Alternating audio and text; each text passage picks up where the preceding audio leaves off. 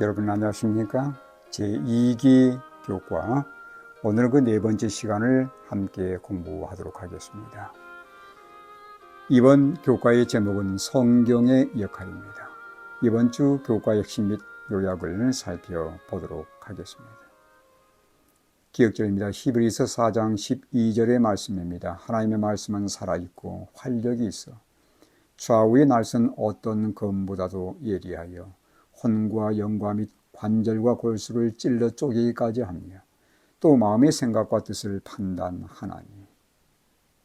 성경은 세계에서 가장 많이 번역된 책, 가장 많이 출판된 책, 역사적으로 가장 많은 사랑을 받기도 하고 가장 심한 반대를 만나기도 한 책입니다. 나는 매일 규칙적으로 이 성경을 읽고 있는지요. 성경은 단순한 고전 문학이나 옛 이야기의 모음집이 아닙니다. 성경은 창조주이시며 구속주이신 하나님이 우리를 사랑하사 우리를 당신께로 가까이 이끌고자 주신 하나님의 생명의 말씀, 영감의 말씀입니다. 이번 주는 이러한 내용으로 저희가 함께 교과를 공부하도록 하겠습니다. 일요일 가장 강력한 무기, 사탄이 우리에게 가할 수 있는 가장 치명적인 공격은 우리가 하나님 말씀을 피우고 그분과 함께 시간을 보내는 것을 방해하는 것입니다. 바쁜 일, 무관심, 피로, 의심 등을 통해서 사람이 성경을 멀리하도록 하는 것이 사탄의 가장 중요한 전략입니다. 우리가 말씀을 가까이 대할 때 삶의 활력이 넘치고 삶의 변화가 찾아오며 영적으로 성장하는 것을 사탄은 잘 알고 있습니다. 그래서 사탄은 모든 수단을 동원하여 이를 막고자 전력을 기울이고 있습니다. 여기 영감의 글을 보시기 바랍니다. 각시대 대쟁투 593쪽의 말씀입니다. 사탄은 온갖 계책을 다 써서 사람들이 성경 지식을 얻지 못하도록 방해한다. 왜냐하면 성경의 분명한 말씀이 사탄의 속임수를 폭로하기 때문이다. 그렇습니다. 하나님의 말씀에는 능력이 있습니다. 하나님은 말씀으로 세상을 창조하셨습니다. 그렇죠? 또한 말씀으로 죽은 자를 살리셨고 또한 말씀으로 어떤 시험도 이기게 도와주십니다. 따라서 사람이 사탄을 대항하여 사탄을 무력하게 만드는 가장 강력한 무기는 기도와 함께 성경 말씀임을 이번 주에 꼭 기억하시길 바랍니다. 사탄은 하나님의 백성들이 성경에서 멀어지게 하므로 우리와 하나님과의 관계는 물론 타인과의 관계에도 영향을 미치게 합니다. 즉 부부가 서로에게 짜증을 내고 아이들에게 소리를 지르며 친구나 동료들에게 인내심을 잃게 만듭니다. 삶은 분주하게 느껴지고 마음의 짐은 점점 더 무거워집니다. 해결책은 말씀에서 멀어진 내 자신을 발견하고 말씀으로 돌아가는 것입니다. 교회에 주기적으로 출석은 하지만 하나님의 말씀을 개인적으로 읽고 연구하지 않는다면 우리는 삶의 다양한 문제들을 결코 해결하지 못할 것입니다. 에가서 3장 22절로 23절의 말씀은 우리의 인간 본성과 어떻게 비교가 되는지요. 에레미야 예가 3장 22절 23절의 말씀입니다. 여호와의 인자와 긍휼이 무궁하심으로 우리가 진멸되지 아니함이니이다. 이것들이 아침마다 새로우니 주의 성실하심이 크시도소이다. 사탄은 타락하기 전에 덮는 그룹으로서 하나님의 말씀의 능력이 있음을 잘 알고 있었습니다. 그러나 이제 그는 이 진리의 말씀을 증오합니다. 말씀을 붙드는 자들이 변화되고 사탄의 시험을 거뜬히 물리치기 때문입니다. 월요일 성경 그 권위, 성경의 역할과 권위에 대해서 성경은 스스로 어떻게 말하고 있는지 살펴보시기 바랍니다. 디모데후서 3장 15절로 17절의 말씀입니다. 또 어려서부터 성경을 알았나니 성경은 능히 너로 하여금 그리스도 예수 안에 있는 믿음으로 말미암아 구원에 이르는 지혜가 있게 하느니라. 모든 성경은 하나님의 감동으로 된 것으로 교훈과 책망과 바르게 함과 의로 교육하기에 유익하니 이는 하나님의 사람으로 온전하게 하며 모든 선한 일을 행할 능력을 갖추게 하려 함이라. 모든 성경이 하나님의 감동으로 되었다는 말은 하나님의 숨을 불어 넣으셨다라는 뜻입니다. 아담을 만드실 때 코에 숨을 불어 넣으심으로 산 존재가 되게 하신 것처럼 성경이 일반 책들과 다른 이유는 하나님이 그것에 숨을 불어 넣으셨기 때문입니다. 따라서 성경은 권위 있는 하나님의 말씀이며 그것을 읽는 자마다 생명과 활력을 얻게 됩니다. 성경만큼 인간의 교육에 지대한 영향을 끼친 책은 없고 사람을 온전하게 세우는 책도 이 세상에 없다는 것을 꼭 여러분께서 인식하게 되길 바랍니다. 우리는 성경을 어떻게 취급해야 할까요? 눈을 감고 아무 성경절이나 펴서 읽고서 그것이 마치 하나님의 뜻인 양 취급해서는 안 될 것입니다. 그분의 길과 생각은 우리의 것보다 훨씬 높기 때문에 내 뜻에 하나님의 뜻이나 말씀을 맞추려고 하지 말아야 합니다. 또한 자신이 받아들이기 편한 말씀들만 골라서 읽는 것도 문제가 됩니다. 성경 전체가 하나님의 말씀이기에 원하는 부분만 편식하지 말고 골고루 읽고 연구하며 받아들여야 치우치지 않는 균형진 삶과 영적 성장을 경험하게 되는 것입니다. 하나님은 인간의 이성을 무시하지 않습니다.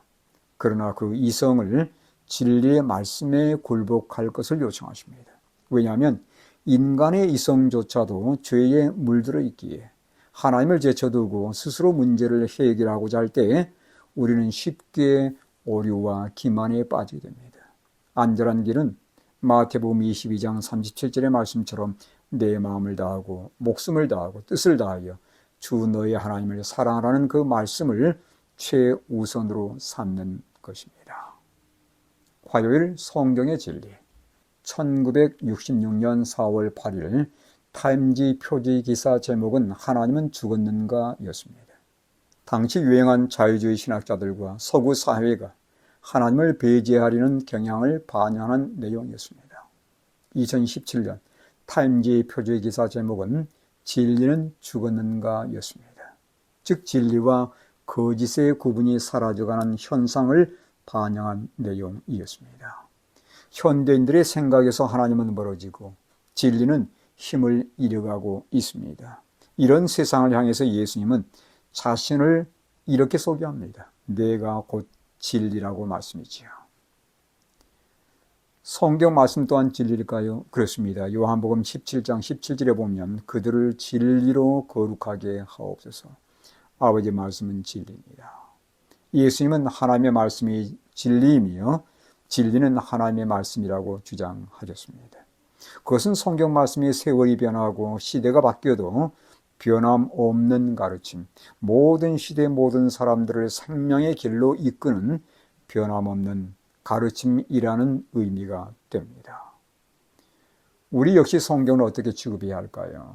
데살로니가전서 2장 13절의 말씀입니다. 이러므로 우리가 하나님께 끊임없이 감사함은 너희가 우리에게 들은 바 하나님의 말씀을 받을 때에 사람의 말로 받지 아니하고 하나님의 말씀으로 받음이니 진실로 그러하도다. 이 말씀이 또한 너희 믿는 자 가운데에서 역사하느니라. 우리는 성경을 하나님의 말씀 곧 진리로 받아들이고 높여야 합니다. 어떤 책이나 글도 사람을 죽음에서 생명으로 이끌 수 없으며 사람을 변화시킬 수 없습니다.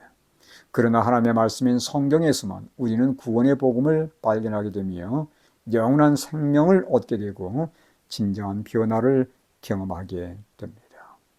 수요일 성경은 말한다. 성경 말씀을 삶의 기준으로 삼게 될 때 어떤 놀라운 일이 있게 될까요? 시편 119편 9절로 11절의 말씀입니다. 청년이 무엇으로 그 행실을 깨끗게 하리이까? 주의 말씀만 지키를 따름이니이다. 내가 전심으로 주를 찾아 싸우니 주의 계명에서 떠나지 말게 하소서. 내가 주께 범죄하지 아니하려 하여 주의 말씀을 내 마음에 두었나이다. 히브리서 4장 12절은 성경을 칼로 비유합니다. 칼은 찌르고 베는 도구입니다. 우리의 죄된 생각과 마음을 찔러 베어낼 수 있는 것은 성경 말씀밖에 없습니다. 그래서 다윗도 내가 주께 범죄하지 아니하려 하여 주의 말씀을 내 마음에 두었나이다라고 고백한 것이죠. 즉 말씀을 의지하며 붙들 때 우리는 죄의 유혹과 시험을 이길 수 있는 것입니다. 중요한 결정을 할 때, 관계에 문제가 생길 때, 삶에 많은 시련과 도전이 있을 때 우리가 성경으로 돌아간다면 우리의 삶에 큰 변화가 생겨나게 될 것입니다. 또한 성경이 언제나 삶의 기준이 된다면 교회 생활은 물론이고 우리의 가정생활이나 직장생활에도 놀라운 변화가 있게 될 것입니다. 또한 히브리서 4장 12절은 하나님의 말씀은 살아있다고 말합니다. 무슨 의미일까요? 그것에는 생명력이 있다는 뜻이지요. 여러분, 하나님의 말씀으로 세상을 창조하셨음을 다시 한번 믿으시기 바랍니다. 또한 그 동일한 말씀으로 우리를 거듭나게 만들어 주십니다. 따라서 하나님의 말씀은 시대를 초월하여 살아있는 말씀이라고 할 수 있는 것입니다. 성경은 영생하도록 있는 양식, 즉 영혼의 양식입니다. 그 어떤 것으로도 공허하고 허기진 마음을 채울 수 없지만 하나님의 말씀만이 그것을 충족시키는 능력이 있습니다. 원하는 자는 누구든지 성경 말씀을 통해 이 생명의 양식을 얻을 수 있게 됩니다. 목요일, 마음의 상태. 성경을 잘 이해하려면 어떤 마음가짐을 가져야 할까요? 고린도전서 2장 14절의 말씀입니다. 육에 속한 사람은 하나님의 성령의 일들을 받지 아니하나니 이는 그것들이 그에게는 어리석게 보이며 또 그는 그것들을 알 수도 없나니 그러한 일은 영적으로 분별되기 때문이라. 영적 분별력이 있다는 것은 영적 통찰력과 이해력을 지녔다는 그러한 뜻입니다. 성경을 하나님의 말씀으로 받아들이며 겸손히 성령의 지도를 구할 때 우리에게 이러한 영적 분별력이 주어지는 것입니다. 따라서 말씀을 읽고 연구할 때는 반드시 성령의 도움을 구해야 하는 것입니다. 성경에 대한 우리의 태도와 성경을 읽는 방식은 하나님과의 관계 성장에 어떤 도움을 줄까요? 데살로니가전서 2장 13절의 말씀을 다시 한번 읽겠습니다. 이러므로 우리가 하나님께 끊임없이 감사함은 너희가 우리에게 들은 바 하나님의 말씀을 받을 때에 사람의 말로 받지 아니하고 하나님의 말씀으로 받음이니 진실로 그러하도다. 이 말씀이 또한 너희 믿는 자 가운데서 역사하느니라. 성경을 하나님의 말씀으로 믿고 받아들이며 매일의 영적 양식으로 삼게 될 때에 하나님은 말씀을 통해 우리 안에 역사하십니다. 우리의 믿음이 보잘것없어 마치 겨자씨만큼 작을지라도 일단 말씀으로 하나님과 연결되면 성장과 변화는 반드시 이루어집니다. 그러나 성경을 읽을지라도 여전히 죄와 무관심에 머물러 있게 된다면 그것은 우리의 삶에 아무런 도움을 줄 수 없음을 기억하시 바랍니다. 이번 주는 성경 말씀이 하나님의 권위 있는 말씀임을 기억하며 말씀을 읽고 참된 변화를 경험하시고 성령의 이끄심을 받으시는 한 주가 되시길 간절히 바라면서 이번 교과를 마치도록 하겠습니다.